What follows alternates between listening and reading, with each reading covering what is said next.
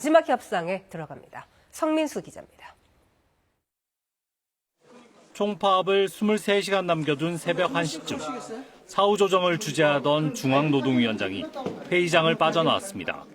회의가 시작된 지 15시간 만입니다. 중노위는 최종 합의에 이르지 못해 조정안을 제시했지만 노사 자율 타결 가능성도 남아있다고 했습니다.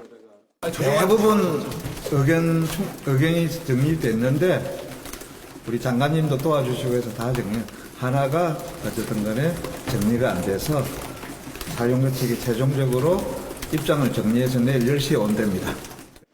이틀째 협상은 저녁 시간이 되면서 급물살을 타는 듯 했습니다. 성과급 기준과 형식에 대해 노사가 상당한 진전을 이룬 겁니다. 종료 시간인 저녁 7시, 중노위에서 제시한 대안에 대해 노사 양측이 마지막 검토에 들어가며 회의가 길어졌습니다. 10시에 회의가 재개되면 노사는 중노위 조정안을 받을지 별도의 자율안에 합의할지를 최종 판단하게 됩니다. 노조 측은 회의 시작 때까지 중노위 회의장에서 대기하기로 했습니다. 저희 노동조합은 내일 사후조정 회의에 임하기 위해서 여기 중노위에서 대기하기로 했습니다. 극적 타결이냐, 예고된 총파업이냐, 이르면 오전 중 판가름 날 전망입니다. KBS 뉴스 성민수입니다. 노사가 합의를 이루지 못한 한 가지는 바로 이겁니다. 반도체 부문 내부에서 사업부별로 성과급을 어떻게 나눌지를 놓고 막판까지 의견이 좁혀지지 않고 있습니다. 곽우진 기자입니다. 삼성전자 반도체 부문은 큰 이익을 낸 메모리 사업부 외에 위탁 생산과 시스템 반도체 개발 사업부가 공존합니다. 노조 주장은 성과급의 70%를 반도체 부문 전체에 나누어주고 나머지 30%는 메모리 사업부가 받자는 겁니다. 같은 부분에 속한 조합원들과 이익을 공유해야 한다는 취지입니다. 회사는 반대합니다. 영업이익이 거의 없거나 적자를 보는 사업부에 큰 성과급을 지급할 수 없다는 이유입니다. 대신 반도체 부분 전체의 40%, 메모리 사업부 60%로 해서 성과를 낸 곳에 돈을 조금이라도 더 주자는 의견을 제시한 거로 전해졌습니다. 다만 노사는 성과급 관련 나머지 쟁점에서는 어느 정도 접점을 찾은 거로 전해졌습니다. 노조 주장대로 영업이익을 지급 기준으로 하되 특별 포상금 형태로 지급하는 데 공감대를 형성했습니다. 기준을 바꾸는 데서는 노조 입장을, 완전한 제도화는 피한다는 점에서 사측 입장을 일부 반영한 것으로 풀이됩니다. 노사는 오늘 오전 10시에 막바지 협상을 이어가기로 했습니다. KBS 뉴스 곽우진입니다. 푸틴 러시아 대통령과 시진핑 중국 국가주석이 오늘 베이징에서 정상회담을 갖습니다. 서방에 맞서는 중러 간의 밀착이 더욱 공고해질 거라는 관측입니다. 베이징 김민정 특파원이 보도합니다. 푸틴 대통령이 탄 전용기가 어젯밤 베이징 서우두 공항에 도착했습니다. 영접을 나간 중국 측 인사는 중국 외교수장인 왕이 외교부장, 트럼프 대통령이 방문했을 때 실권이 없는 한정 부주석이 맞이했던 것과 대비됩니다. 푸틴 대통령의 이번 방중은 트럼프 대통령이 중국을 떠난 지 꼭 나흘 만으로 서방 진영에 맞서 전략적 공조를 강화하기 위한 방문으로 보입니다. Оказывать друг другу поддержку в вопросах, затрагивающих коренные интересы двух стран, включая защиту суверенитета и государственного единства. 중러 정상은 오늘天安门 광장에서 열리는 환영 행사를 시작으로 비공개 양자회담과 양국 외교장관이 참여하는 확대회담 등을 잇따라 진행합니다. 러시아가 서방의 경제 제재를 받고 있는 상황인 만큼 석유와 천연가스 등 중국과의 에너지 협력 방안이 주요 의제로 테이블에 올라와 있습니다. 또 미중 정상회담 내용을 공유하며 우크라이나 전쟁, 이란 전쟁 상황을 논의할 것으로 예상됩니다. 크렘린궁은 중러 정상이 다극화 질서와 새로운 국제관계 수립을 위한 공동선언문을 발표하고 약 40건의 문서에 서명할 예정이라고 밝혔습니다. 베이징에서 KBS 뉴스 김민정입니다. 트럼프 미국 대통령이 이란에 대한 공격을 보류하는 건 며칠 정도뿐이라며 압박했습니다. 이란의 핵무기 포기를 재차 강조했는데 언제라도 군사 옵션을 쓸 수 있다며 압박을 강화하는 모양새입니다. 워싱턴 김성수 특파원입니다. 중동 동맹국들의 요청으로 예정됐던 대이란 공격을 보류했다 밝힌 트럼프 대통령. 백악관에서 취재진과 만나서 그 주장을 반복하며 이란에 며칠 정도의 시간을 주는 거라고 했습니다. Well, I mean, I'm saying 2 or 3 days, maybe Friday, Saturday, Sunday, something, maybe early next week, a limited period of time. 이란 공격 시점을 아무에게도 말하지 않았다. 공격 1시간 전에 보류를 결정했다고도 했습니다. 이란이 핵무기를 원하는 수준으로 포기하지 않으면 언제든 군사작전을 할 수 있다. 이란을 압박하는 걸로 보입니다. 다만 이란이 협상을 간절히 원하고 있다. 합의로 결론이 날 수 있다고 덧붙이며 대화의 문은 열어놨습니다. They will never have a nuclear weapon, not going to happen, and probably that's going to be very soon. 벤스 부통령 역시 군사작전과 협상 모두 선택지에 있다고 한 뒤 협상 교착 상태 원인으로 이란 내부 분열을 꼽았습니다.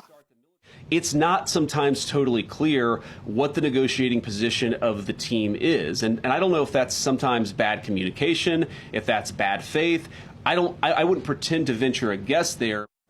이런 가운데 미국이 인도양에서 제재 대상 유조선을 납포했다는 미국 언론 보도가 나왔습니다. 미군이 이란산 석유 운송 의혹을 받는 그림자 선단을 인도양에서 납포한 건 알려진 것만 이번이 3번째입니다. 트럼프 대통령은 시진핑 주석이 이란에 무기를 넘기지 않기로 한 걸 믿는다. 아름다운 약속이라고 했습니다. 중간선거를 앞두고 확전이 부담스러운 상황에서 외교적 공간을 열어둔 채 이란에 공을 넘긴다는 분석이 나옵니다. 워싱턴에서 KBS 뉴스 김성수입니다. 이재명 대통령과 다카이치 일본 총리가 이 대통령의 고향인 경북 안동에서 정상회담을 했습니다. 청와대는 나라현에 이어 안동까지 셔틀 외교의 무대를 확장하는 계기가 됐다고 밝혔습니다. 보도에 최유경 기자입니다. 하나, 둘, 셋, 양파!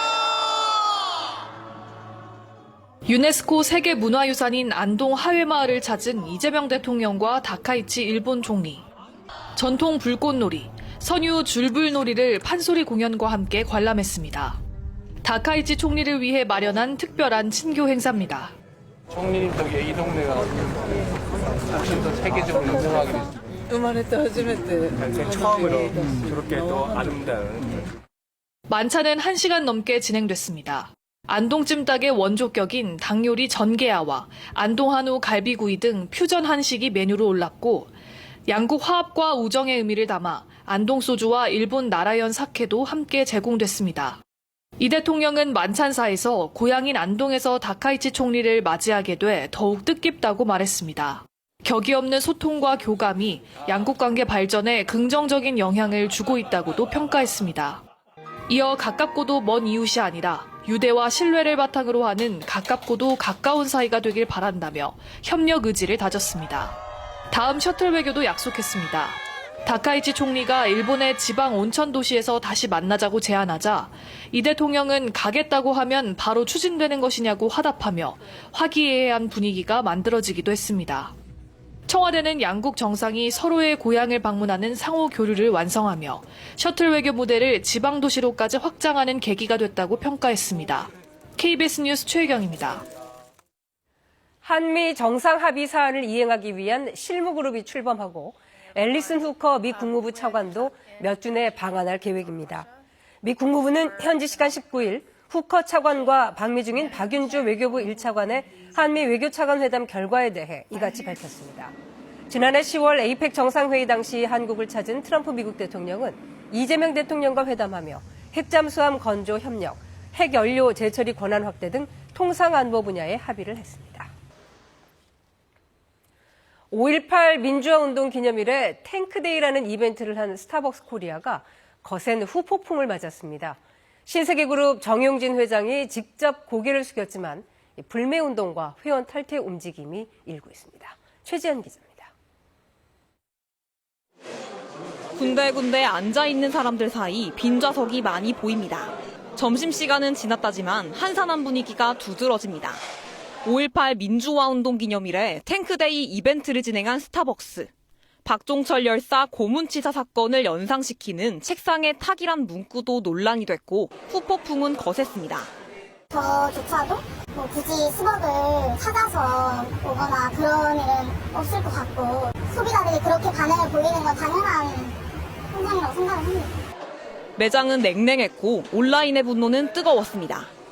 스타벅스를 불매하자는 이른바 탈벅 분위기 속 선을 넘었다, 의도가 다분하다는 글이 이어졌고 스타벅스 상품권이나 기프티콘 환불 방법을 알려주는 글도 공유됐습니다. 임시 방편으로 사태를 수습하려 한 사실도 문제가 됐습니다.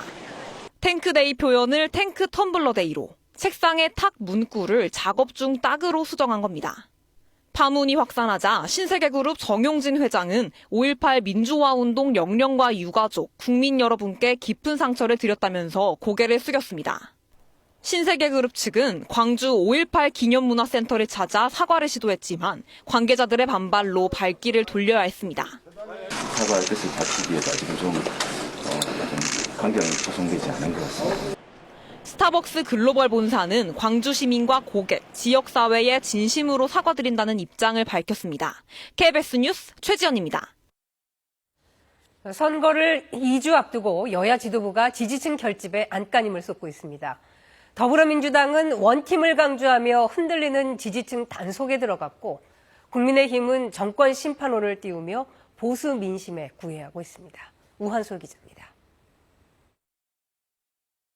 하나! 원팀! 민주당은 경선 탈락 후보를 모아 유세단을 출범했습니다. 공천에 불만을 가진 지지층이 떠날까 원팀을 거듭 강조했습니다. 당원을 떠나서는 살 수가 없습니다. 나의 승패와 관계없이 당의 승패가 더 중요한. 전북, 경기, 평택을 등에서 다른 후보에 흔들리는 지지층을 염두에 둔 걸로 보이는데 전북지사 경선에서 탈락한 안호영 의원은 불참했습니다. 정청래 대표는 부산, 울산, 경남이 다 어렵고 서울도 어려워지고 있다고 지지층에 호소했습니다. 당원과 우리 지지자들께 호소드립니다. 그냥 하는 말이 아니라 끝날 때까지 끝나는 게 아닙니다. 국민의힘 장동혁 대표는 승부처로 보는 경남을 찾았습니다. 정권 견제론에 최근 여론이 호응한다는 판단에 심판을 거듭 요청했습니다. 민주당의 오만함, 여러분 이번 지방선거에서 심판하지 않겠습니까? 또 다시 치려는 듯 취소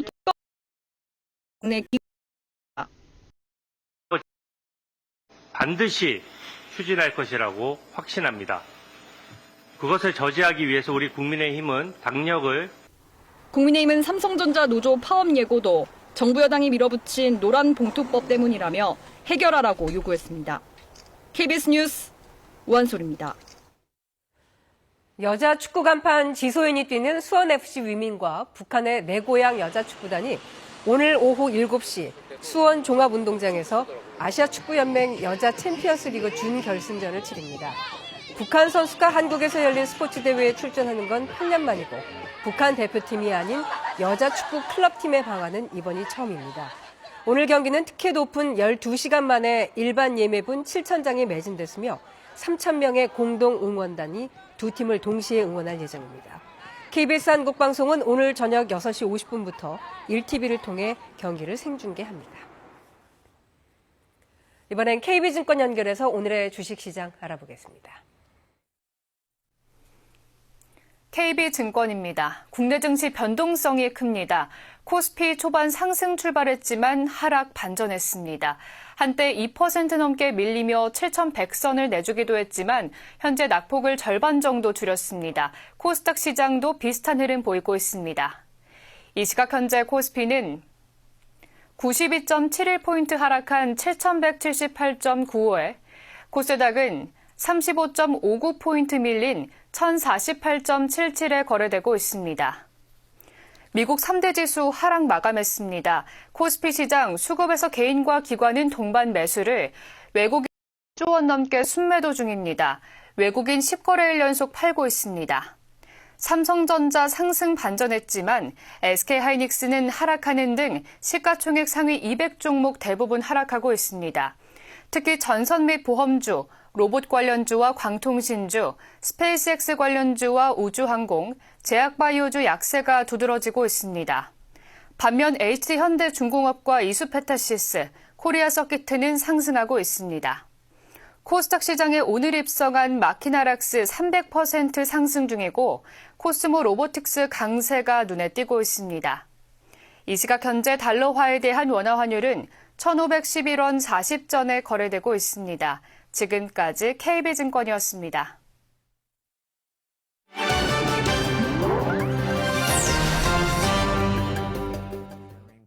지난해 의문의 폭발로 침몰한 러시아 화물선이 북한으로 가는 잠수함용 핵 원자로 부품을 실었을 가능성이 제기되고 있습니다.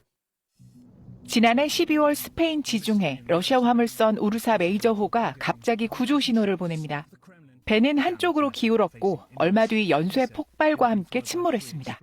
처음에는 단순 사고처럼 보였지만 구조된 러시아 선장의 진술은 충격적이었습니다. whose Russian captain confessed to investigators here that it was carrying 2 nuclear reactors, possibly for a submarine. 당시는 북한이 병력 만여 명을 러시아에 파병한 직후 러시아가 그 대가로 핵 잠수함 관련 기술을 이전했을 가능성이 있다는 겁니다. 침몰 과정도 석연치 않습니다. 러시아 선장은 폭발이 이어졌다고 주장했고 스페인 조사 당국은 어뢰 공격 가능성을 언급했습니다. Cuando alguien no te dice claramente y no te da la información claramente y extensa de lo que pides, por lo menos sospechas que te está escondiendo algo, por supuesto que sí. 침몰 직후 러시아 군함들은 사고 해역을 통제했고 미 공군 핵탐지 특수 정찰기도 현장 상공을 비행했지만 러시아와 미국, 스페인 정부 모두 공식 입장을 내놓지 않고 있습니다. 중국에서 사람이 직접 탑승할 수 있는 변신 로봇이 선보였습니다. 두 발로 서서 주먹으로 벽돌벽을 부술 수 있고 단 몇 초 만에 직립보행에서 사적보행 형태로 변신해 빠르게 이동할 수도 있습니다. 공상과학 영화 속 한 장면이 아닙니다. 중국의 대표적인 AI 로봇 회사 유니트리 로보틱스가 최근 공개한 탑승형 변신 로봇 GD01입니다. 총 중량 500kg에 가격은 390만 위안, 한화로 8억 5천만 원 정도입니다. 第一款嘛，能看到是一个机甲的这个机器人，还是比较有意义的，救灾救援复杂的场景，它可以进去。 유니트리 측은 이 로봇이 단순한 보여주기식 모델이 아닌 양산 가능한 민간형 로봇이라고 밝혔는데요. 다만 아직은 기능 면에서 제한이 있고 민간 교통수단으로 사용되기까지는 시간이 좀 더 필요한 것으로 알려지고 있습니다. 일본 젊은 층 사이에서 1990년대부터 2000년대에 유행한 문화를 즐기는 이른바 레트로 열풍이 일고 있습니다. 20살 나카무라 씨입니다. 6년 전 우연히 아버지의 CD를 발견하면서 레트로 문화에 푹 빠지게 됐습니다. ここになんかこうやって歌詞が書いてるとか、この音楽が物になってる感じが好きっていうか、今なんか形がないじゃないですか、スマホだから。 필름 카메라로 찍은 사진을 현상해 앨범으로 만드는 정성도 들입니다. 모든 게 스마트폰 하나로 해결되는 시대지만 수고를 들여 형태로 남기는 데서 가치를 느끼는 것입니다. 레트로는 세대 간 소통의 매개가 되기도 합니다. 지난해 11월에 문을 연 이 술집. 레트로 소품들로 가득해 추억을 찾는 손님들로 붐빕니다. 단골인 마츠모토 코지 씨와 리쿠 씨는 부자 관계입니다. 俺ちっちゃい時あんなんで遊びよったわ覚えとるとかそういう話を自然と 전문가들은 효율이 중시되는 시대, 오히려 아날로그의 불편함이 젊은 세대에게 신선한 매력으로 다가가고 있다고 분석합니다. 과거 베트남 하노이에서 프랑스산 푸조 자전거는 부의 상징이었는데요. 이 빈티지 자전거들이 여전히 시민들의 향수를 자극하고 있습니다. 하노이의 한 전시장. 100년의 세월을 간직한 푸조 자전거들이 자태를 뽐내고 있습니다. 1918년에 제작된 가장 오랜 모델부터 40년대 원형을 그대로 간직한 희귀 모델까지 100여 대의 자전거가 관객을 맞이합니다. 역시 100년 된 이 남성과 여성용 자전거 한 쌍 역시 수년간의 탐색 끝에 디자인과 생산 연도가 동일한 제품을 찾아냈습니다. Ai là người được sở hữu những chiếc xe đạp Peugeot thì đấy là một niềm kiêu hãnh. Và chính vì thế tôi cứ thôi thúc. 전시장 곳곳에서는 추억에 잠긴 시민들을 쉽게 만날 수 있는데요. Làm cho tôi hồi tưởng lại cái ký ức xưa khi mà mình lớn lên ở thủ đô Hà Nội. Lúc đó mà được mua sắm một cái xe này thì 세월이 흘러도 하노이 시민들은 여전히 기억 속에서 푸조 자전거의 페달을 밟고 있습니다. KBS 월드뉴스입니다. 우크라이나와 러시아 간 공방이 갈수록 격해지는 가운데 인접한 발트 3국의 안보 불안도 높아지고 있습니다. 우크라이나 드론이 에스토니아 영공을 침범하자 나토 차원에서 대응 격추했는데 발트 3국은 전쟁 불똥이 튀지 않을까 고심하는 분위기입니다. 베를린 송영석 특파원입니다. 초원 곳곳에 드론 파편들이 떨어져 있습니다. 우크라이나가 에스토니아 영공을 침범해 격추된 겁니다. 에스토니아 국방부는 현지 시각 19일 오후 12시 14분쯤 드론을 감지한 즉시 북대서양 조약기구 나토 대응 원칙에 따라 조치를 취했다고 설명했습니다. olid üleval ka Balti õhuturbe-hävitajad, Rumeenia F-16-d tulistasid selle drooni siis. 우크라이나 드론이 러시아와 인접한 에스토니아와 라트비아, 리투아니아 등 발트 3국으로 넘어온 적은 종종 있었지만 격추된 건 이번이 처음입니다. 나토 회원국인 발트 3국은 우크라이나 드론이 자국 영공을 침범해도 전쟁을 일으킨 러시아의 책임이라는 입장을 유지해왔습니다. 하지만 최근 러시아가 이들을 향해 우크라이나에게 고의로 영공을 열어준 것 아니냐고 공세를 펴면서 안보 불안이 커지고 있습니다. 나토 차원에서 우크라이나 드론을 격추하고 신속히 그 사실을 공개한 것도 러시아의 도발 명분을 사전에 차단하기 위한 조치로 풀이됩니다. 우크라이나 외무부는 의도치 않은 사고였다고 사과하며 러시아가 우크라이나 드론을 발트 3국 쪽으로 유도하고 있다고 주장했습니다. 이런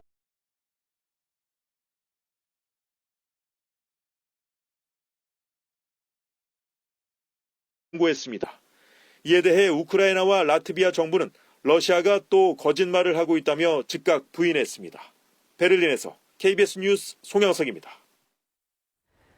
충남 보령의 한 아파트 단지 안에서 7살 어린이가 차에 치여 숨지는 안타까운 사고가 또 발생했습니다. 아파트 단지 내 사각지대 해소가 시급한 상황입니다. 보도에 김희은 기자입니다. 충남 보령에 있는 한 아파트 단지. 그제 오후 5시 50분쯤 이 아파트 안에서 SUV가 7살 여아를 들이받았습니다. 머리를 크게 다친 아이는 닥터 헬기로 천안의 한 대학병원에 옮겨졌지만 끝내 숨졌습니다. 그래서 내다보니 어떻게 막 사람들이 차를 들으려고 돼? 당시 아이는 놀이터에 가려고 단지 안 도로를 건너던 중이었던 걸로 알려졌습니다. 사고가 난 곳입니다. 당시 길가에는 차량들이 연이어 주차돼 있어서 아이는 차가 오는 걸 보지 못한 걸로 추정됩니다.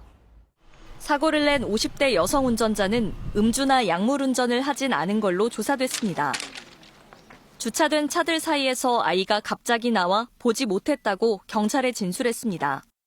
사고가 난 곳은 인근에 어린이집과 놀이터가 있어 아이들이 자주 오가던 곳이지만 늘어선 주차 차량 탓에 시야 확보가 어렵다는 지적이 끊이지 않았습니다. 운전자는 운전자대로, 주민은 주민들대로 시야 확보가 서로 되지 않아서 굉장히 위험한 때가 빈번히 있었습니다. 두 손 꼭 붙잡고 맨날 데리고 다니고.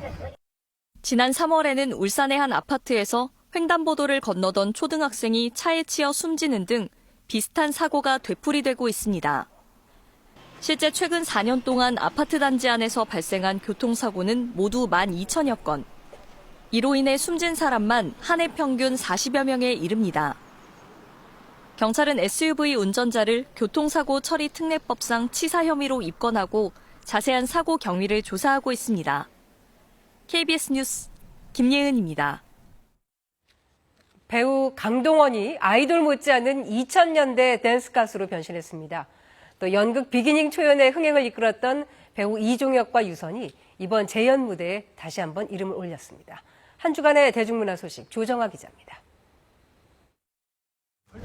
데뷔 23년 차, 늘 새로운 장르에 도전해온 배우 강동원. 이번엔 2000년대 초반 아이돌 그룹의 리더로 파격 변신합니다. 액션 영화를 방불케 하는 격한 안무를 고된 연습 끝에 대역 없이 완벽히 소화해냈습니다. 이게 계속 발을 땅에 안 대는 춤이 너무 많아서 그런 동작들이 너무 많아서 그게 제일 힘들었던 것 같아요. 쑥겹기로 유명한 엄태구는 메인 래퍼 역할로 반전을 거듭하고 만년 2위 발라드 가수 역을 맡은 오정세와 여자 아이돌을 오마주한 박지연도 그 시절의 향수를 자극하기에 충분합니다. 평소에 랩을 하진 않고요. 하지 않으셨어요? 군대에 있을 때 그 랩 가사가 대사라고 생각하고 막 외워서 막 그런 적은 있습니다. 현대 도시인의 외로운 삶을 조명한 영국 웨스트엔드 화제작 연극 비기닝. 하우스 파티가 끝난 뒤 남겨진 두 남녀가 밤새 나누는 대화로 채워지는 2인극입니다. 관전 포인트는 영국 원작의 결을 그대로 살려낸 두 남녀의 자극적이고 직설적인 매력. 지난해 초연에서 흥행을 이끌었던 배우 이종혁과 유선은 다시 호흡을 맞췄습니다.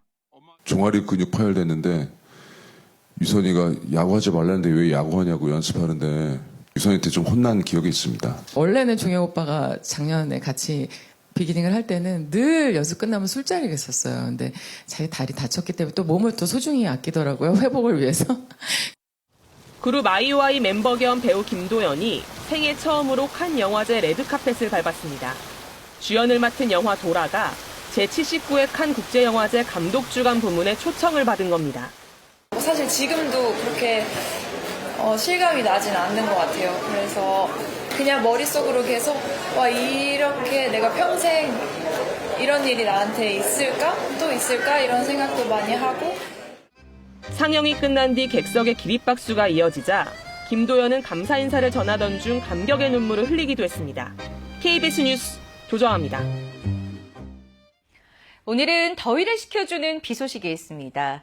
서해상에서 발달한 비구름이 계속해서 들어오고 있어 오늘 전국적으로 비가 내리다가 내일 오후에 비는 대부분 그치겠습니다.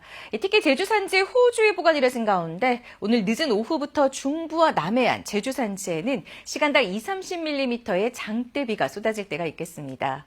내일까지 예상 강수량은